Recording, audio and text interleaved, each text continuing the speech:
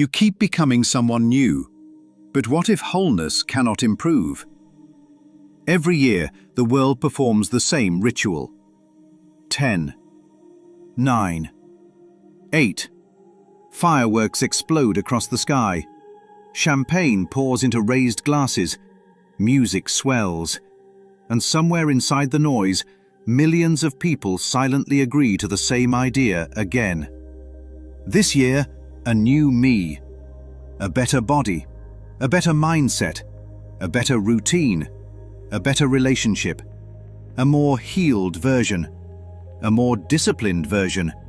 A more optimized version. The old self gets treated like outdated software waiting for another update. And almost nobody stops long enough to question the foundation underneath the entire ritual. Who exactly is the you that keeps needing replacement? The global self-improvement industry is approaching $90 billion. 90 billion. Think about that carefully. Books, podcasts, courses, supplements, masterclasses, morning routines, cold plunges, productivity systems, biohacking, healing journeys, mindset coaches, optimization apps, an entire economic empire orbiting one central assumption. The self is incomplete. That is the engine underneath the entire machine. Without that assumption, the structure collapses overnight. Because if wholeness is already true, then what exactly is being sold? That is the part almost nobody wants to touch. The industry does not merely sell improvement, it quietly sells incompletion. Not directly, indirectly, psychologically, repeatedly. Like a cat keeping the mouse alive just long enough to continue the chase. That is why the self-improvement loop never truly ends. The seeker needs arrival. The system needs seeking. But the moment arrival actually happens, the entire chase dies. So the better version of the self must remain permanently ahead of the current version. Always visible, never reachable. Like chasing the horizon. No matter how far the body travels, the horizon keeps moving. Not because the person is failing, because the structure itself depends on pursuit. That is why somebody can lose the weight and still feel incomplete. Get the promotion and still feel restless. Find the relationship and still feel afraid. Complete one healing journey and immediately begin another one.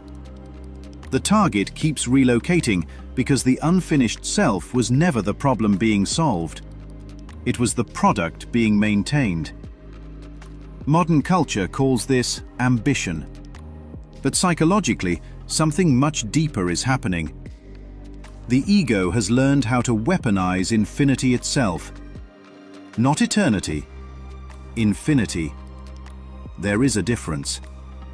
Eternity is complete. Infinity stretches endlessly forward. Infinity can become endless becoming, endless upgrading, endless optimizing, endless self-construction, never arriving. That is the ego's version of salvation, an infinite ladder with no top. And modern identity is built almost entirely on movement. New year, new habits, new mindset, new season, new version of me. It is baked directly into the culture itself, because psychologically, motion gets mistaken for life, and stillness starts feeling like death. But A Course in Miracles introduces a completely different foundation altogether. Wholeness cannot improve because wholeness is already whole. Truth does not become more true over time. Reality does not rehearse becoming itself. Love does not slowly earn completion. And the sun does not need a motivational seminar to learn how to shine. That is why the ego secretly fears wholeness. Because if wholeness is true now, then the entire economy of becoming starts collapsing immediately. No future identity left to chase. No perfected character waiting at the finish line of time.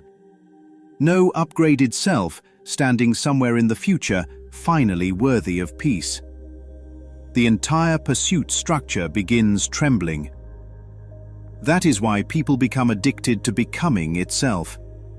Becoming spiritual, becoming healed, becoming attractive, becoming successful, becoming awakened. The forms change, the mechanism remains identical. And the self-help world has become extraordinarily sophisticated at monetizing this loop. It repackages inadequacy as inspiration. It turns incompletion into recurring revenue. It converts existential insecurity into a subscription model. Because a person who believes they are already whole becomes very difficult to psychologically control. But somebody chasing completion becomes infinitely manageable. Always purchasing, always upgrading, always searching, always becoming, never arriving. That is the black hole underneath the entire structure. Not because learning is bad, not because practical growth is wrong. Learning a language is practical. Building a skill is practical. Taking care of the body is practical. But psychologically believing peace exists somewhere inside a future version of the self is something entirely different. That is not growth anymore. That is identity maintenance. Like pouring water into a bucket with no bottom. Pour, pour, pour. Nothing stays. Not because there is not enough water, because the structure itself cannot hold completion. That is the ego system. More money, more healing, more status, more spirituality, more followers, more optimization. And the mind quietly whispers the same thing every single time. Maybe one more pour. That is why the industry keeps expanding infinitely, because incompletion scales infinitely. And this is where the illusion finally starts cracking apart. The problem was never the water. The problem was the bottomless identity structure trying to contain wholeness. Because wholeness was never missing in the first place. The ball was never broken apart. Reality was never fragmented into separate pieces waiting to be repaired. And there was never a separate you standing outside of wholeness trying to put itself back together again. That is why the deepest spiritual recognition is not self-improvement. It is self-relaxation. The collapse of the exhausting belief that reality is withholding completion until some future version earns it. The mouse finally stops running. And for the first time, the cat has nowhere left to chase.